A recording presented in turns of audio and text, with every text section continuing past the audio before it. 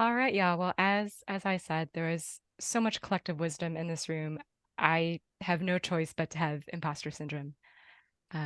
What we're about to get into is a introduction to healing justice.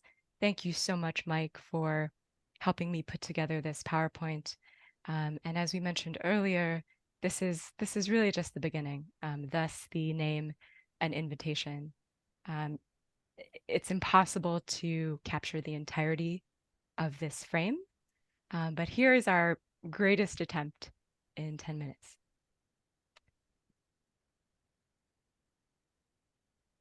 Collective trauma is transformed collectively.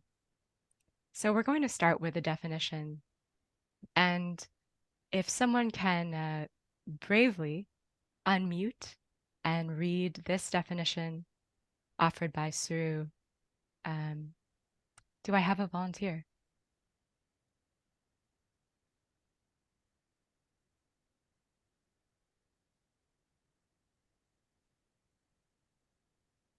I can do it, Isa. Thanks, Wing T. Collective trauma is transformed collectively, Aurora Levins Morales. Healing justice is the work of identifying, repairing, and healing the impacts of violence from oppression. In the racial justice space, this often involves, but is not limited to, the harms from state violence and societal oppressions of class and race. Thank you so much, Wing T.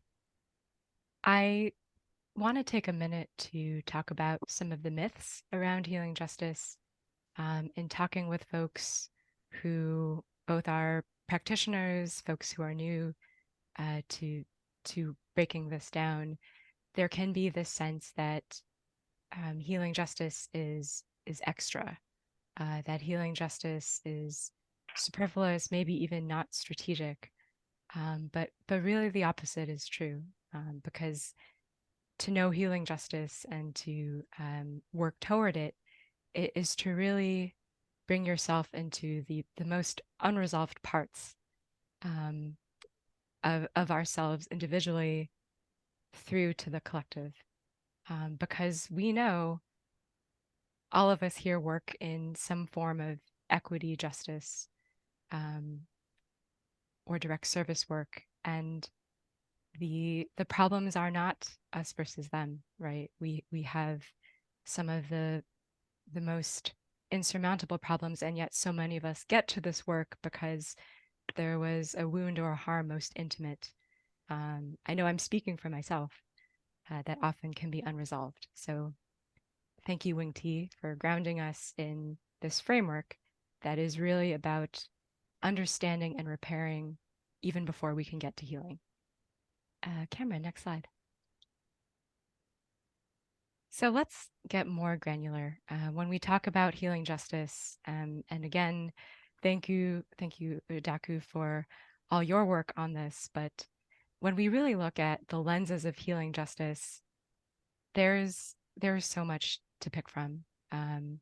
What you have before you is a bit of a buffet, and within these circles, I want to particularly look at when we talk about the medical, military, and prison industrial complexes.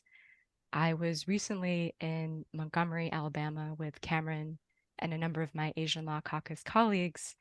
Um, and in Montgomery, there is a new truth telling memorial surrounding James Marion Sims, who in some circles is known as the father of gynecology, and yet that legacy is a false one, and one that was built off of extraction of Black women's bodies, of forced mutilation, and of a lot of pain.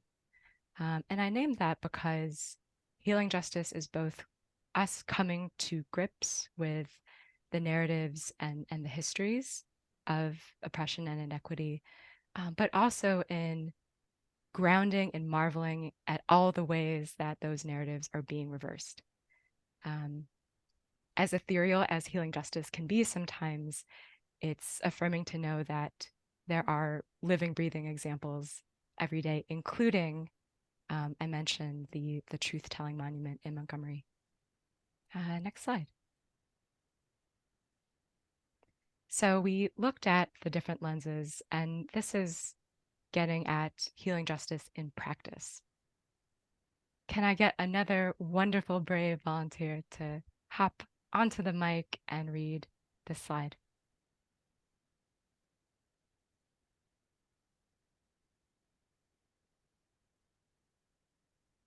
Hi, I can read. Um, so in practice, healing justice calls for an analysis of the exploitative system and how it has targeted specific groups, and the organizing and action to disrupt and transform it. The work to understand, repair, and heal the internalized violence and its impacts in people and across generations. After 20 years in this movement, I've come to the realization that how effective we are as movements and how possible winning is in creating new systems and shifting conditions really hinges upon how well we are. Francesca Porcia's Coronado, Land Ex Therapist Action Network founder and director. Awesome. Thank you, Crystal. And also wanted to give Francisca some love here. So much of our healing justice work is grounded in women of color, in queer and trans people of color. And anytime the problems do feel impossible, we can remember that folks have been here before. Speaking of definitions, we started with the definition of healing justice. I want to clarify when we talk about trauma in the context of this discussion and healing justice, we're talking about an experience or threat that overwhelms our individual and collective nervous systems. Trauma is not discomfort. It really speaks to the overwhelmingness, right? The ocean. Next slide, please. So, as I mentioned before, what is powerful is we have so many examples to ground in. Take a second to absorb these links. Dropping in the chat as well for your reading later, or if you find yourself with a free minute, a really great New Yorker profile on Eddie Zheng. Eddie Zheng is one of the co-founders of the Asian Prisoners Support Committee, currently one of the few organizations teaching ethnic studies in prison to incarcerated folks, using that as one of many examples of community projects. This is an example of folks building resources together in the wake of extraction, exploitation, right? The prison complex. And so much lives in the arts as well, right? We're excited to get to the group discussion where I imagine that folks have a whole host of resources with this.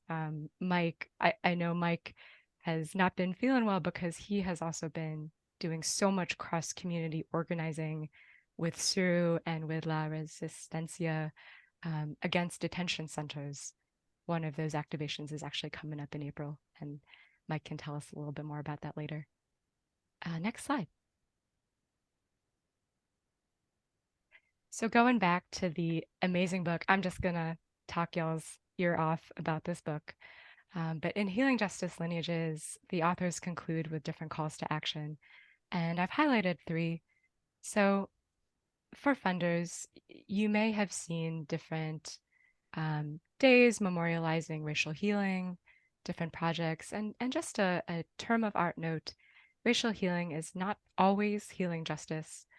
Healing justice very importantly includes nonviolent accountability, of really getting to the root cause, right, of why our structures need to be transformed. For healers and health practitioners, and this point does bring to mind other writings such as Maurice Mitchell, shout out to Building Resilient Organizations. There is often us versus them, right? Divide that can keep different health practitioners apart, but healing justice challenges us to blend it all together. And finally, just concluding with this quote from Kara Page, understanding the role of healers is political. How then do we as healers and practitioners accept that role of politicization to disrupt patterns of care that are harmful and abusive in our institutions. And just leaving that here, I know that's a big concept that many of us are hurting, not just because of our external work, but also our internal work and our internal relationships. More on this later for our discussion. I said this earlier, practice yields the sharpest analysis. All right, Cameron, last slide. So some takeaway questions. We are about to have a really powerful dialogue with Noelani and Mike. But leaving this here for y'all, and if there's anything you take away from today, I really love the first question: to whom are we accountable? Also known as who are our people? In the chat in a couple minutes, I'll drop in Mia Mingus's soil safety pod mapping exercise, which is essentially, yes, it's the year of the dragon, but I think it's like the decade of the orcas. So Mia really teaches a model of safety that is built around who in your orbit can be both trusted, but also who can hold you accountable. And finally, to lead us into that discussion with Mike and Noelani, how do we prioritize healing justice? Deep breath during a collapse of society. Cameron, you can take us out of the PowerPoint. All right, thanks y'all for listening. Mike, Noelani, we're so happy to have y'all. Mike, I'll kick it over to you. Thank you so much. Wow, what a beautiful presentation. Thank you for sharing that with us and putting it together. I just wanted to say that it's very humbling to be in a room with this group of healers and organizers and community minded and loving people. One of the many beautiful gems that you just brought up is that this idea of accountability to one another and our sort of relational connections really to our ancestors, to our own bodies, to our families, to our networks, to our chosen families, to our communities. And another gem I wanted to lift up is this idea that we're all healing justice practitioners. That when we take the time to slow down and breathe and notice our bodies, we're practicing healing justice. When we care for one another, when you cook food for your ailing friend who's not well, that's healing justice. It's also healing justice to stand up and show up shoulder to shoulder at the detention site together, or any places where there's state violence and harm happening. So I, in that practice, Noelani and I are, we've been friends for, I think, over 20 years. We met in acupuncture school as, aspiring healers, and we have these sort of parallel paths of being artists and then healers and all along and through it community organizers. So we've been in it with each other for a long time, which I think is an effort to embody these principles that were so beautifully described earlier. I just want to introduce you to my dear friend and force of nature, Noelani Ahia. As I mentioned, Noe is both a performing artist. She's a practitioner of East Asian medicine and many connected traditions alongside that.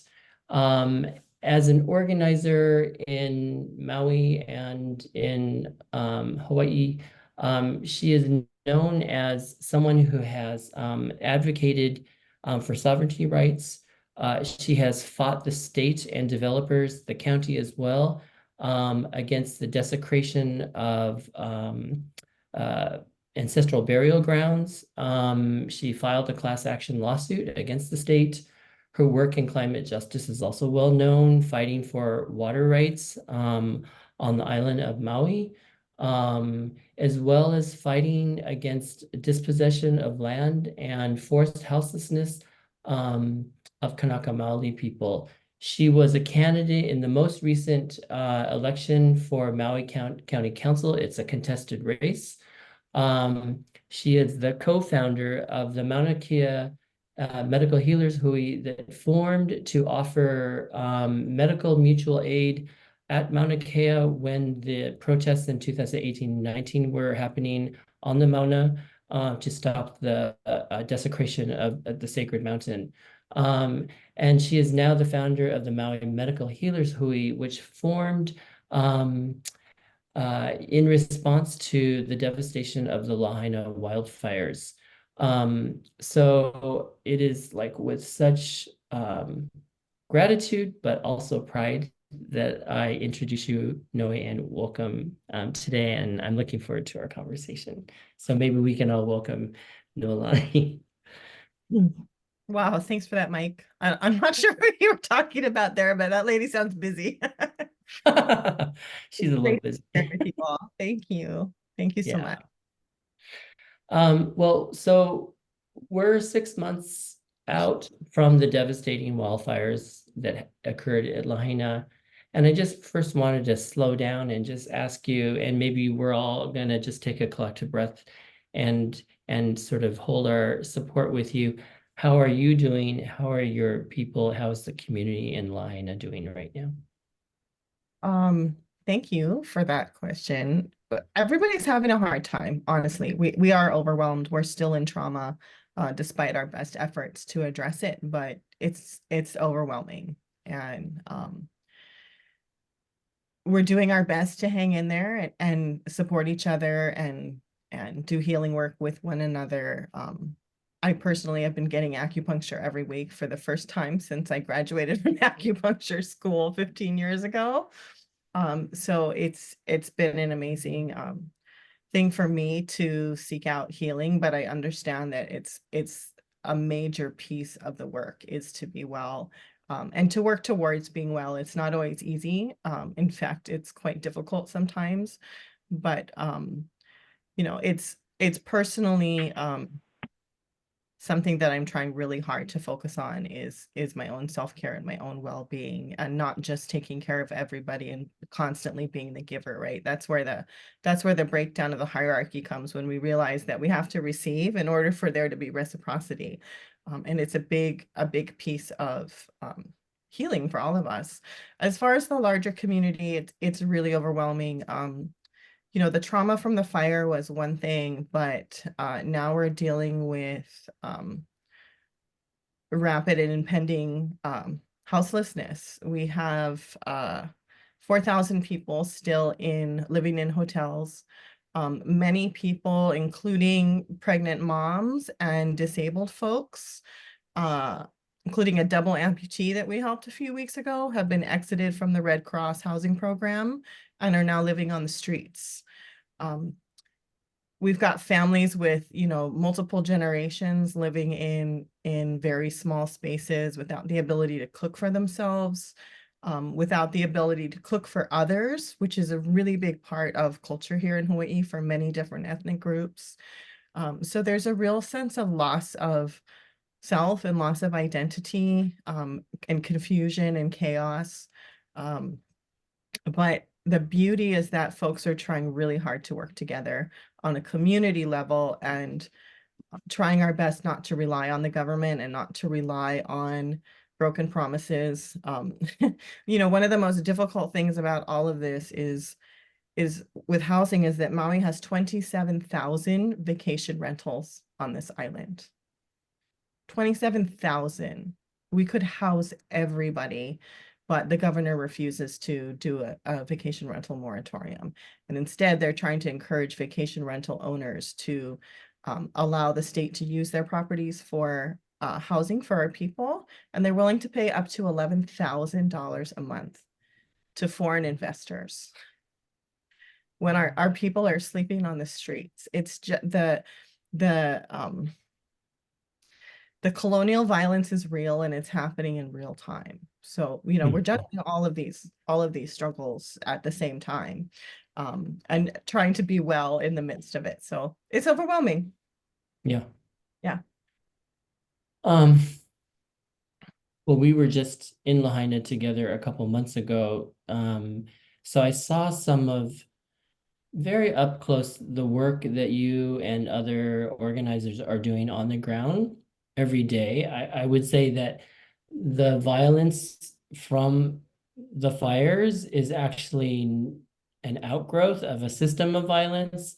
And so I kind of wanted to circle around to this question about, like, how would you describe healing justice in your own organizing? But by that, I mean, like, what does healing justice work look like for Kānaka Maoli communities right now, and from your vantage as a community organizer? The reason I'm asking this is I think there are universal lessons always expressed in the specifics, right, of a situation. Like, your liberation is tied to my liberation. The practice of liberation is universal. So maybe you could just talk a little bit about your work and as a Kānaka Maoli organizer, and also with your community in this last period as well.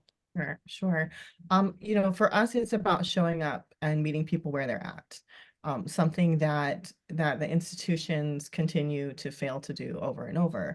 And it, you know, I always tell people, like, this is not rocket science. We are not doing anything like really radical, and yet in contrast to what the system is doing, it's incredibly radical, and it's literally just being there for people, showing up. So we showed up 2 days after the fire, and we set up in all of the community hubs that we're setting up. We set up little medic stations, and we had, you know, close to 800 volunteers come through, from doctors, nurses, therapists, massage practitioners, Hawaiian healing practitioners, acupuncturists, and we just provided free care for people. There was no questions asked. There was no fill this out, sign that. It's like, what kind of medication did you lose in the fire? Okay, we'll get it for you. You're having a panic attack. Okay, let's sit down and work with some essential oils and pull you back into your body.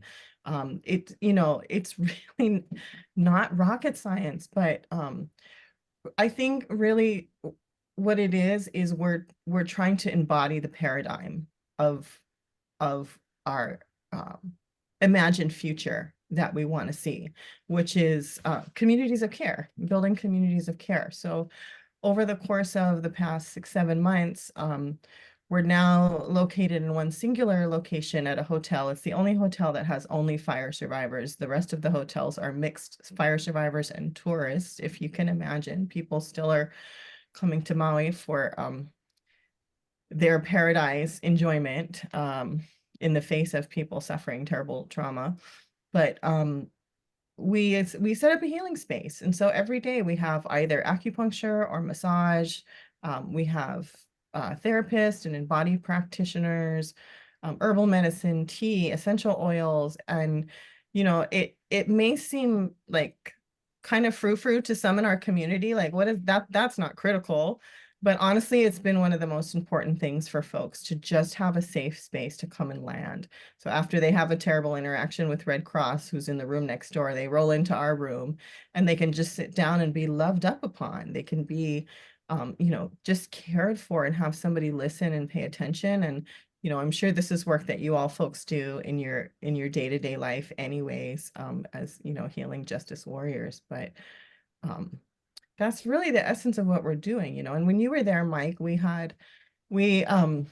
would say we had a contract, but we never got a contract or got paid. We worked with the county to provide mental health and medical support when families re-entered their properties for the first time after the fires, to sift for belongings, you know, wedding rings, their family's ashes, even the bones of their pets that they were looking for. And so, you know, we were there and they assumed that we were just going to set up a tent and wait for people to come to us. But what we did was we got on golf carts and, you know, we were in full protective gear. It was hot as heck. But we drove around with our essential oils on our cart and, you know, upgraded protection equipment and cold packs and cold towels and you know, face wipes, and we just met people where they were at and held space for them, let them cry on our shoulder when they needed to, let them, you know, laugh and scream if they wanted to, whatever they needed, we just met them where they were at. And it was such a profound experience to be with people in that kind of space where they were so vulnerable, and it could have gone so badly if they didn't have people there to literally just hold their hand. And again, it's really simple and basic, but it's largely ignored in the larger system. So yeah, thank you. You know, you're describing all the incredible things that you have figured out to do to support people. And there was something else that I really noted, and it actually transformed me in being in community with you, was it was how you are and who you are and how you make available yourself with people. I think you do that, but also it was your whole team that was doing that.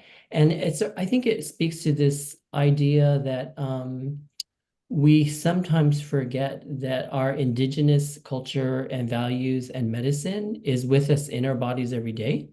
And yet we will sometimes defer to the Western model, which is lovely. Allopathic has its amazing powers and a place. But then we sometimes create a hierarchy and we downgrade our own approaches. And I just want to sort of note that it was really powerful to observe that and be a part of it.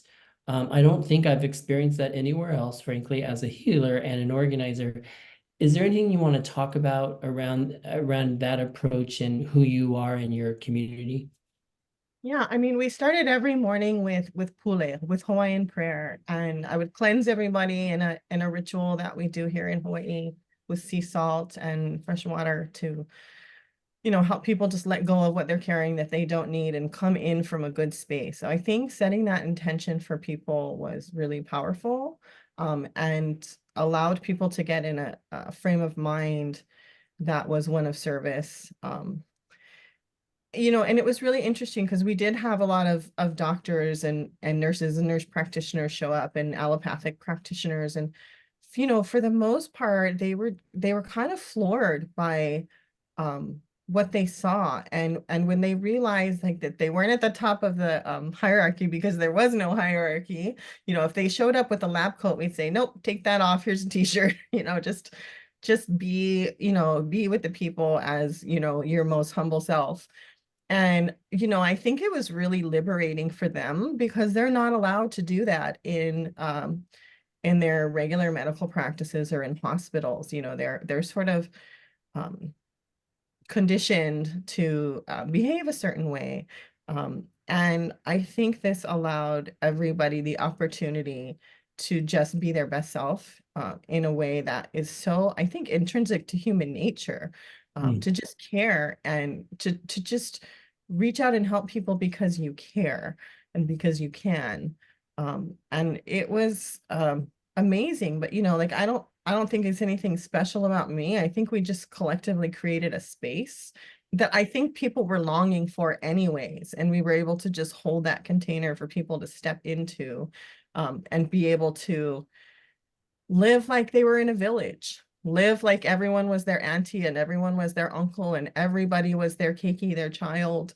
And no matter what those folks needed, they would, you know, do their best to help them in whatever way. So it was like returning to a village. And I think that's what humanity is craving across the board. Yeah. Yeah, I certainly witnessed, like, it was sort of like when the limitations of a capitalist economy crumble, what's left is people to figure it out together. And it was, I mean, it was something I've never witnessed in my life. It was the best of us, in us, you know. I want to talk about something else with you. You know, this idea that there's trauma and from the state violence and other oppressions that we're really trying to transform and reconcile in our communities, in our own bodies even. But then there's also this idea that healing justice, I think, is also transformative justice at heart, right? That we have to also go after the root of the harms, the institutions, the systems that are set up that keep replicating and repeating history and harm over and over again. You have been involved in the fight to stop dispossession of land. You sued the state for digging up the bones of your ancestors from the dunes, the burial grounds in Maui, in order to create like condominiums and resorts and safeways. And so I feel like you embody both of these areas, right? You're dealing with trauma in the community, but you're also trying to stop the ongoing replication of harm and violence. And can you just talk about that work that you're doing as it relates to sort of like the long time? It's really stopping genocide, but I've just heard you talk about this and I've witnessed the work firsthand. Can you say a little bit more to people here who aren't as familiar with your work there? Sure. When I first, so I'll start off by saying I'm a diaspora Kānaka Maoli, which means I wasn't born in my homelands, didn't grow up there. I grew up in California, and then I lived in New York for 11 years, which is where I met Mike and went to acupuncture school. And I had an experience where my ancestors literally came through me in a Native American ceremony and told me I had to go home. So 15, almost 16 years ago, right after school graduated, and with the help and support of Mike, who took my kitty and adopted it, I moved to Hawaii, and I really didn't know, like what was going to happen. I didn't have a lot of understanding of our history, but I knew enough to know that there was a lot of things that were problematic and a lot of missing information in the general hegemony. So I moved home and I started practicing acupuncture and had a small practice, and I was trying to focus on Kānaka Maoli, on our Indigenous people. And I noticed that most of our people are not well, are sick. There's so much diabetes and hypertension. And it didn't take me long to figure out that, I was just putting Band-Aids on them, despite, whatever kind of healing they had, that the root of people's illness was not just because they make bad food choices. It was systemic, and it was related to the dispossession from our lands, and from our ancestral diets, and forced assimilation and internalized racism. And over the course of the years, I started to just look around and notice what was going on. And a lot of it is because of signs that I got from my ancestors, and I became more tuned into being able to notice things and ask them questions about the direction I should go in. And, like books would just fall off the shelf and it would be the answer to my question. That sort of thing was happening a lot. And, the more involved I got, the more I started to realize how dysfunctional, systems of capitalism are, and how deep the roots of imperialism and colonialism and settler colonialism and racism and white supremacy are in Hawaii, and then of course across the globe. So it just like lit a fire under me, because I was coming from the perspective of a healer and wanting our people to be well, and they're never going to be well if we don't address these things. And we may not fix it in my lifetime, but we have to try. We have to have an analysis. And what was that quote you said earlier? I think it was something like the best analysis is the action, or something like that. We have a saying in Hawaii, makahana ka ike, the knowledge is in the doing. And so, it really just became about showing up. Like this morning, I had to go testify for my family's ancestral lands that this affordable housing development is going to go on. It's going to dig up burials and divert water again, and keep a Kānaka Maoli family from their ancestral foods and medicines. And it's relentless. It just doesn't end. But I feel like we're making progress in how we're trying to change people's minds and try to educate people, because the truth is we don't all have the same information, and the educational system, across America and in Hawaii especially is horrific, and people don't know the truth. And So, you know, part of that work too, I was working for another council member and we created a series on systemic inequality. And so we've had speakers come talk about settler colonialism and, you know, racism and Asian settler colonialism in particular. We have a scholar who came and spoke on that. And we just, you know, had somebody this week come that it's really starting to create spaces for those really hard conversations that people don't even know they need. And normalizing it and making it okay to talk about these things without demonizing people. But, you know, having the safety to speak truth. So, you know, that's in a nutshell what's going on over here, what we're doing, what I'm doing. So you nicely segued to really, we have time for, I think, one more little short question here, but it's about settler colonialism and accountability, which is really, you know, right, that's part of healing justice. And so I just kind of wanted to raise up, like, so Tsuru is now partnering with your organization, Maui Medical Healers Hui, and, you know, we're a Japanese American organization primarily. And so we've entered into this conversation about what does partnership mean for us with Kānaka people. And, you know, if people aren't that aware of the situation, Japanese Americans really ruled Hawaii right now, economically and politically and socially. And it's, you know, somewhat an outgrowth of the plantation system that incurred harms upon us. But, you know, everyone often, right, is in one role or the other, or even at the same time, both roles. And so for us as people of color, but also as settlers who've really exploited and benefited at the expense of Indigenous people in Hawaii, like there's a lesson that we're trying to embody right now. I'm curious your thoughts about it as we, you know, like we're forming partnership and this is all in the works, right? Like we're kind of charting new territory together. How has that been for you, and what anything you'd like to share with a mostly Asian community and audience here today? Well, you know, it's actually been really amazing. You and I have been talking about this for a long time, not just in relation to Hawaii, but in relation to First Nations people on the continent that oftentimes interface with the Japanese American communities around spaces where both populations were oppressed and were, you know, victims at the hands of state violence. And how do you navigate that? And in Hawaii, it's a conversation that is desperately needed. And, you know, a lot of it comes from plantation, but then it comes from World War II and the incarceration era when Japanese folks were forced to be hyper-American. Their lives depended on it. And it's certainly understandable why it happened. But here we are generations later. And for our country, the Hawaiian Kingdom, which is a sovereign nation that's being illegally occupied by the United States, the hyper-Americanism does not help us. It continues to oppress us. And, you know, because of the population collapse, we went from close to 1 million people pre-contact to less than 40,000 at the time of the overthrow in 1893.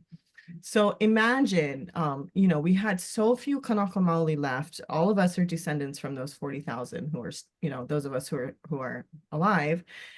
And it wasn't long after the overthrow that 70,000 Japanese plantation workers were brought in. And of course, treated badly by plantation and, you know, put into horrific work conditions. But when you just look at the numbers, the political power is going to be in the hands of the population that is the largest. And over time, during the territorial period, and then especially after statehood, the Japanese community really took political power. And you know, it's funny when people talk about the Democrats and Republicans in Hawaii. It's like that, you know, for us, for Kānaka Maoli, it doesn't matter. It's like neither here nor there. Neither one serves our interest. You know, we're a illegally occupied sovereign nation. We need our agency back. We need our self-determination. We need our land back. And so having these conversations with folks in our community is an opening for that. And that's part of what's happening in that council on systemic inequality, as those conversations are happening with some of those Japanese American legislatures who continually make decisions that disadvantage Kānaka Maoli and uphold plantation politics. So having you folks there as Japanese American folks, some of the Tsuru folks who came out in December were from Maui or had deep ties to Hawaii. And being able to just be vulnerable and speak truth to that in the safety of you folks was incredibly healing for me personally. I got to, cry and I at one point we were having a little healing circle session, and I said, "Can I yell at you folks?" And they all said, "Yes, yes, yell at us." And I got to just voice, how hurt I was that they have all this land and my people are sleeping on the beach. And in the bushes. And it was so powerful just to be able to tell the truth to people who represent the population that created harm. Of course, not them as individuals, but there was a commitment and a pilina, a closeness between us that came from that.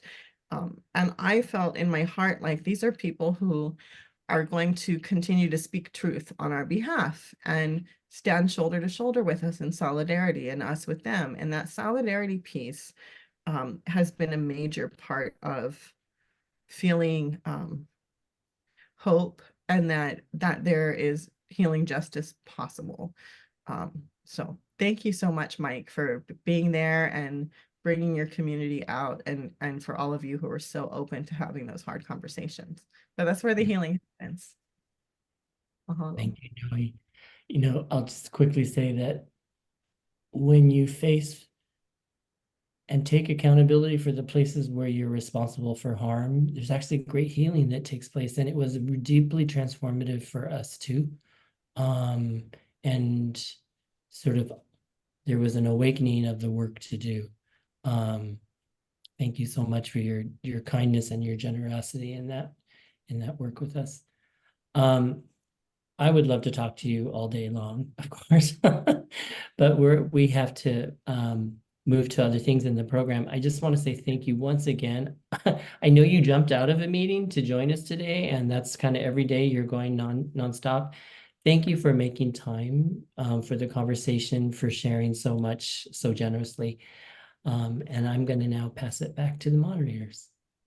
Thank you so much. It was great to be with everybody today. Much aloha to all of you. Noelani, Mike, oh my goodness, Aloha. thank you so much for sharing your spirit with us. I am not speaking for myself alone when I wanted to pull up a chair to the counter with y'all and just, grab water and chat. I know we have some folks who have had to leave at the top of the hour, but thank you for folks who can stay. As I mentioned earlier, it is so important for us to all connect with each other. Right now, I'm going to Aisa, sorry, I think you're on mute. Oh my goodness. Thank you, Cameron. Noelani, Mike, thank you so much for being with us today. I know I'm not alone when I wanted to just pull up my chair and be with you all for longer. For folks who have had to leave, no worries. We are going to send many links your way after this meeting. For those who can stay, please join us on the Jamboard. We're going to do a very brief breakout because we want folks to make connections with someone new, perhaps someone you haven't seen in a while.